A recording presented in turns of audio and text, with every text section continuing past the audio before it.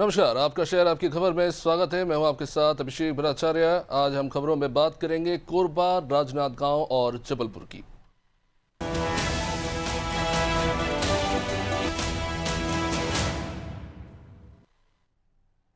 तो सबसे पहले बात करेंगे छत्तीसगढ़ के कोरबा की, जहां 200 परिवारों को रेलवे ने जमीन खाली करने का नोटिस थमा दिया।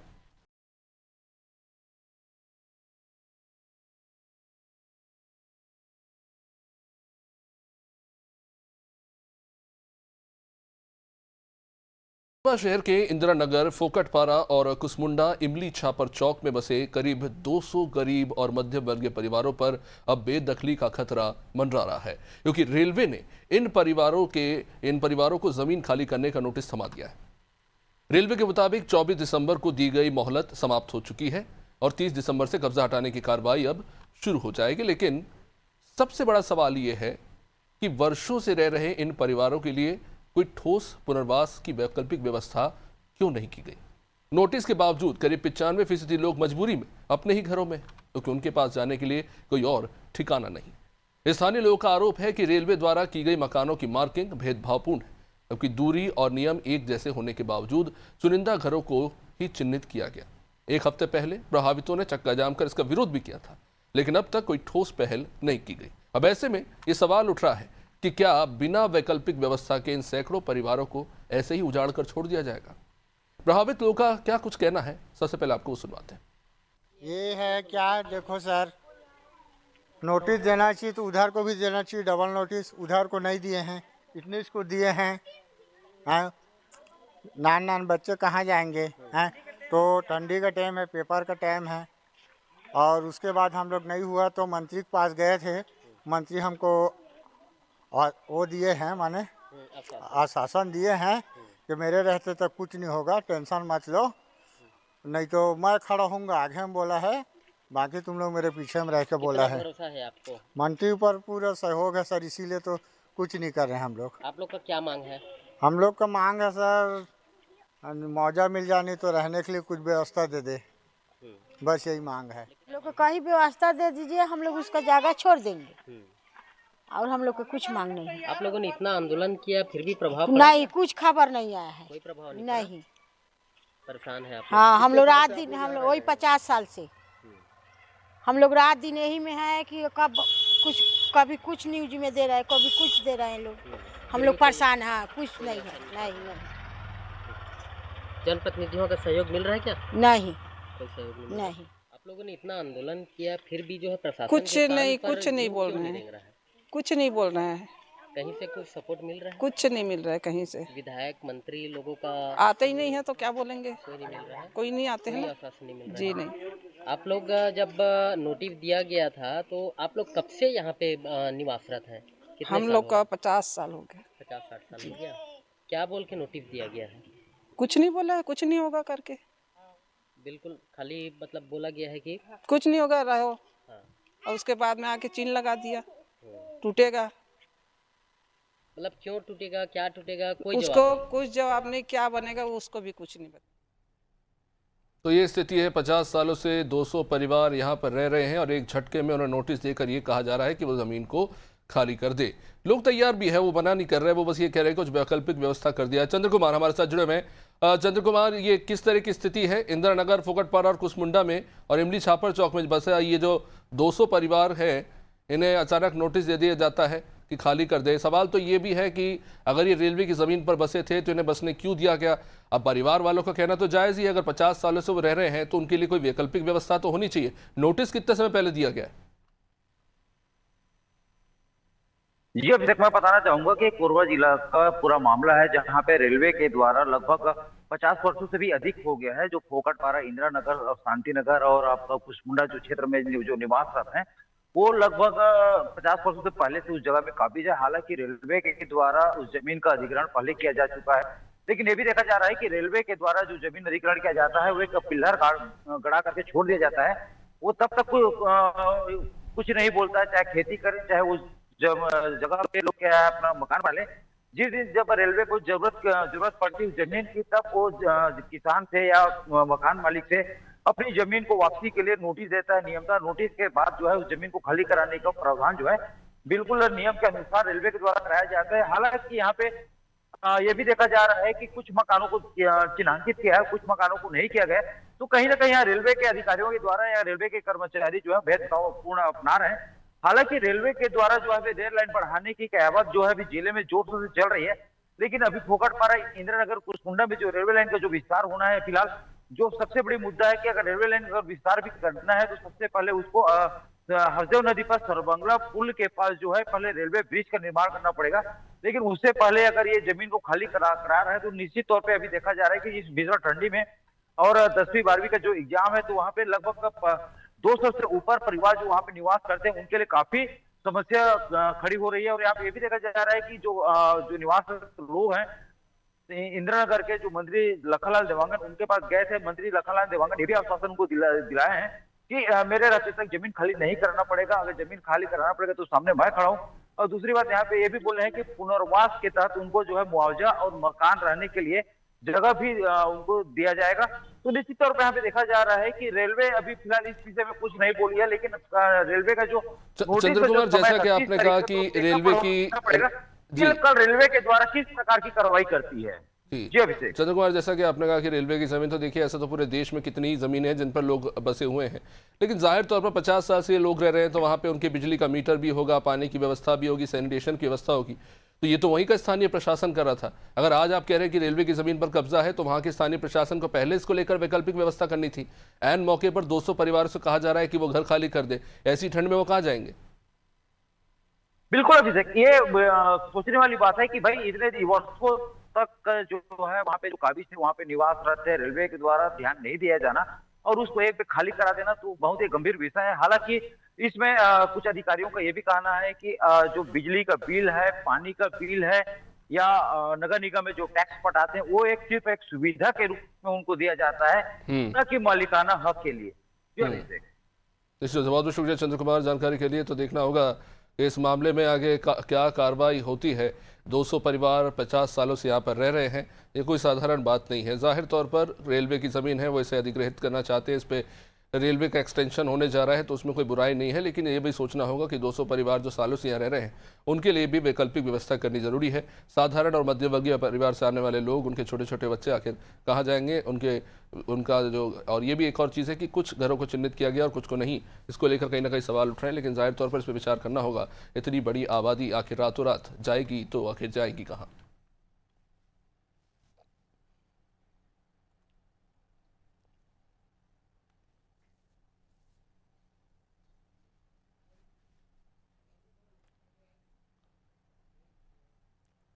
तो चलिए अब बात करेंगे छत्तीसगढ़ के राजनांद गांव की, जहां घुमका ब्लॉक की सड़कें जर्जर हो चुकी हैं और लोग परेशान हो रहे हैं।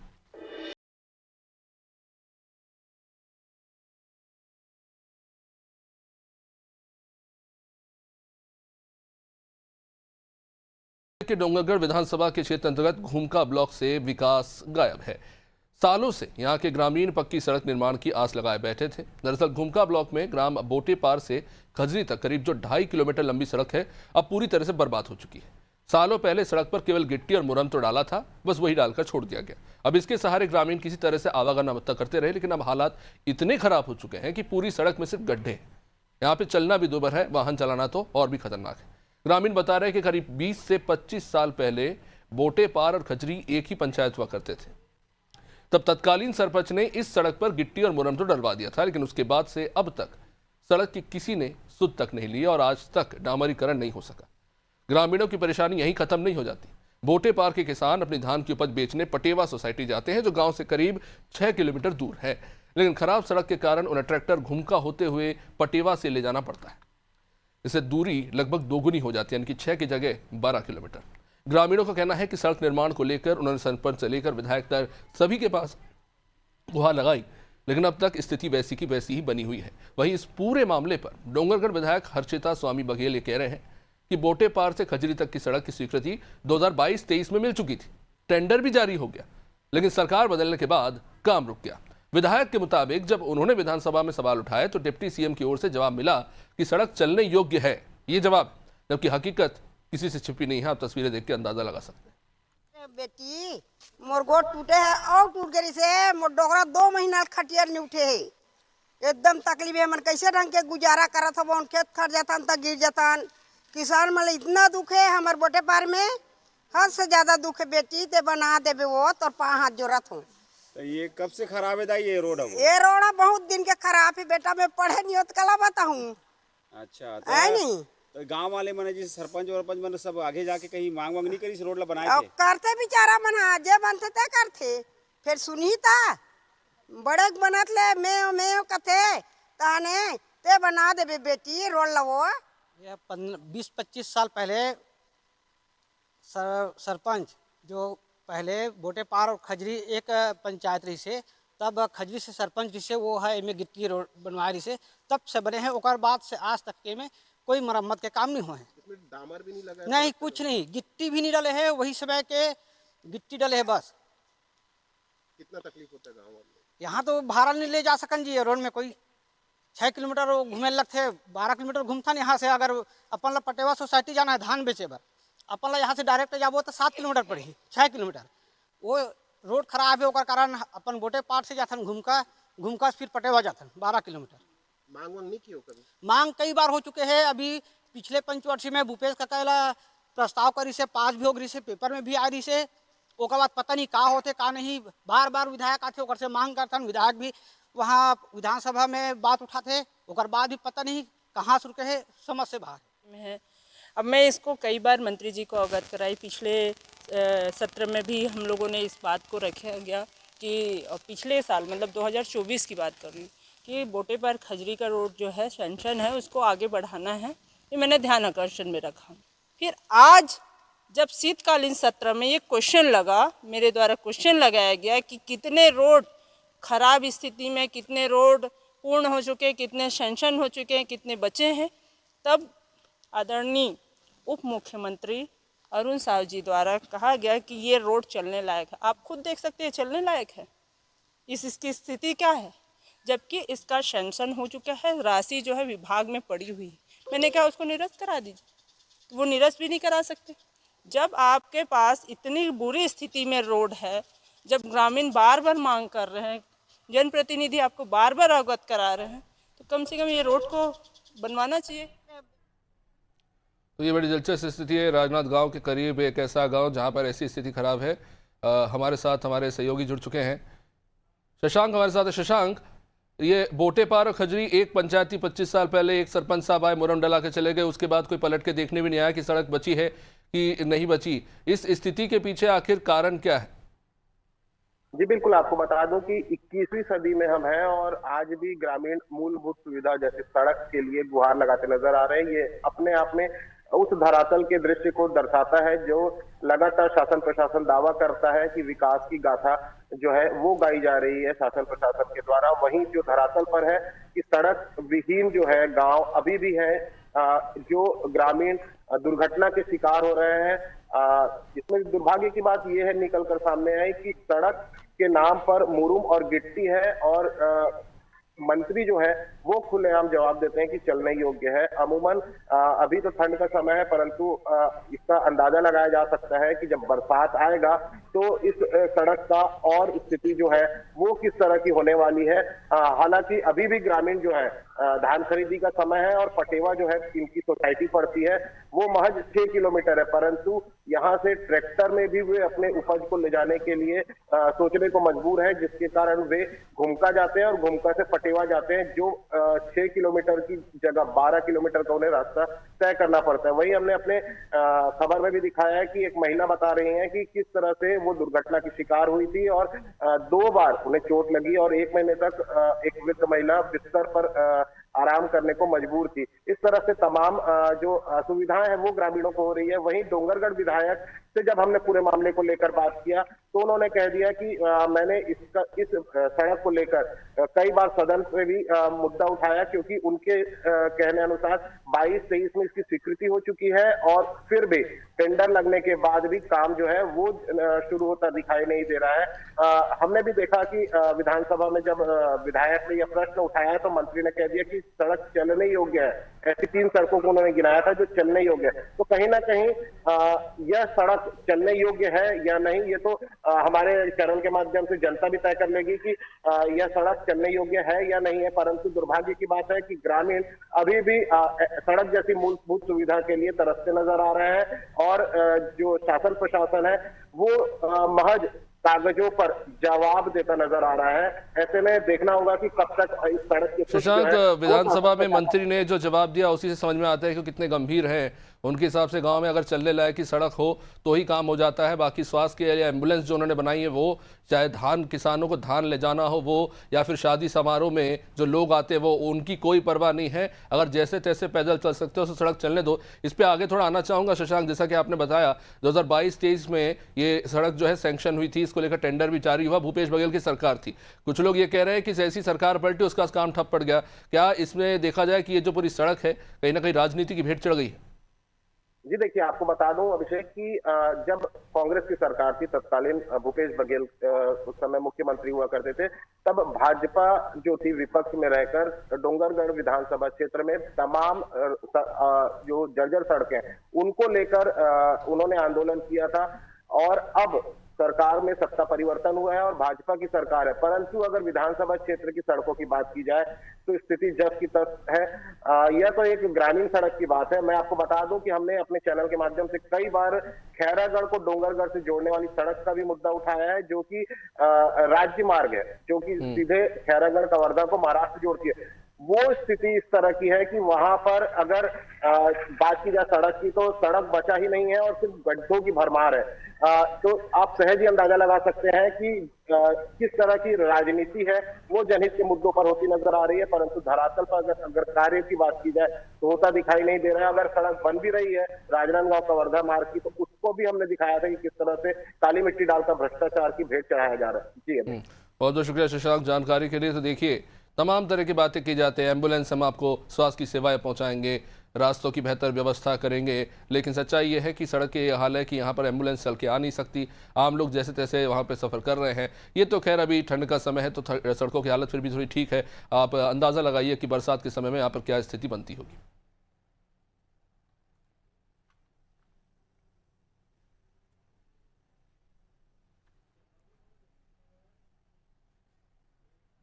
चलिए अब बात करते हैं मध्य प्रदेश के जबलपुर की, जहां सड़कों पर गंदगी का अंबार है लेकिन जिम्मेदार बेखबर।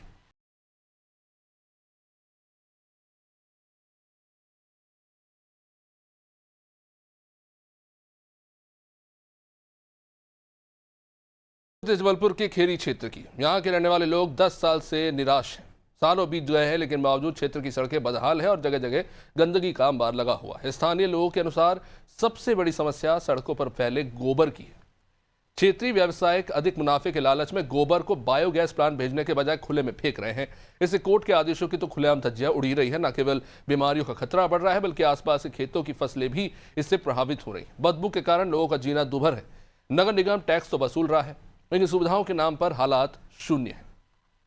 परेशानी सर ये होती है कि यहाँ से गाड़ियाँ लगा लेते हैं रोड में तो निकलने में दिक्कत होती है। कई दफ़ा तो ये होता है कि नाले में हम लोग गिर जाते हैं, उठ के फिर निकलते हैं और पूरे रास्ते में गोबर डला रहता है। और बरसात में तो और दिक्कत होती है।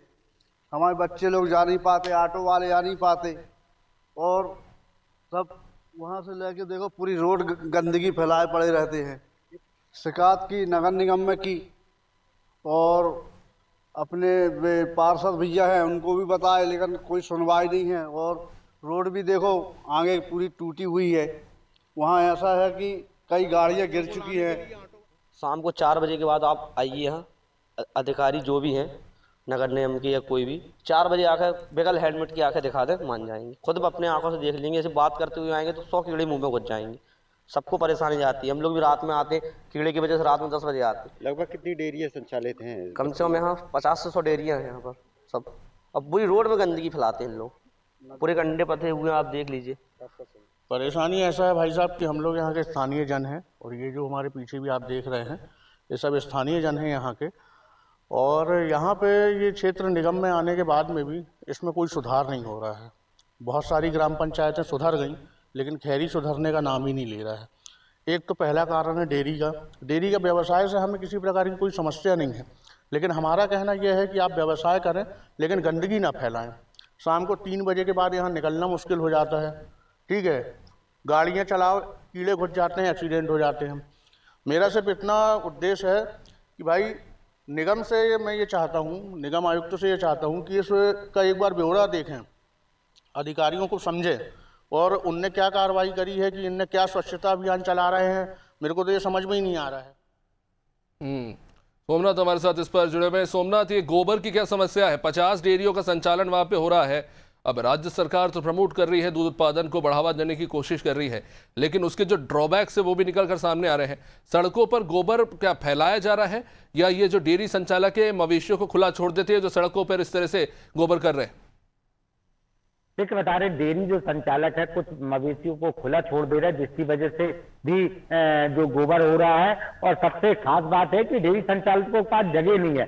जगह ना होने की वजह से जो गोबर निकलता है उसको फेंकने की कहाँ व्यवस्था की जाए। तो जो सड़क के किनारे जो जगह बची होती है वहां पर वो गोबर को फेंक देते हैं और वहीं पर उसको पड़े रहते हैं ताकि वो खाद बन जाए। लेकिन उसकी वजह से लगातार देखने में ये आता है कि गोबर जो जब सड़ता है तो सड़ने से वहां बदबू आती है और जो कीड़े, जो छोटे छोटे कीड़े होते हैं वो काफी संख्या में बढ़ जाते हैं। तो जो आने जाने वाले सड़क किनारे से जो लोग गुजरते हैं उनको काफी दिक्कतों का सामना करना पड़ता है और वो कीड़े उनकी आंखों में घुस जाते हैं और मुंह में घुस जाते हैं, जिससे काफी परेशानी हो रही है। और आसपास जो डेयरी संचालक है वो सफाई की व्यवस्था भी नहीं की जाती। नगर निगम द्वारा लगातार बीच में कार्रवाई की जाती थी, डेयरी संचालक द्वारा साफ सफाई की व्यवस्था और व्यापक रूप से इंतजाम किए जाते, बीच में कार्रवाई हुई थी। लेकिन अभी काफी दिनों से देखा आ रहा है कि डेयरी संचालक के ऊपर कार्रवाई नहीं की जा रही, जांच नहीं की जा रही है। और स्मार्ट सिटी के अंतर्गत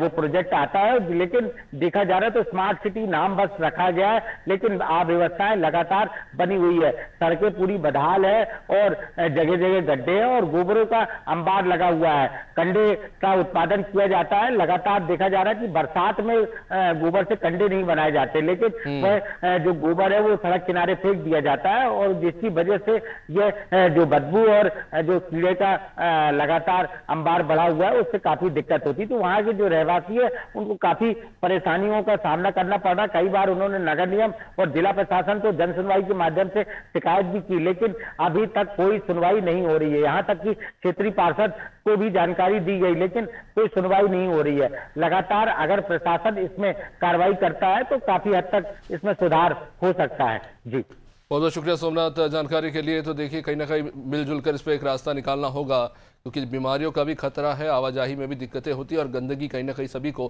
परेशान कर रही है। ऐसे में डेयरी संचालक की जो लापरवाही बरत रहे हैं, इसको लेकर निश्चित रूप से कड़ा कदम उठाने की जरूरत है।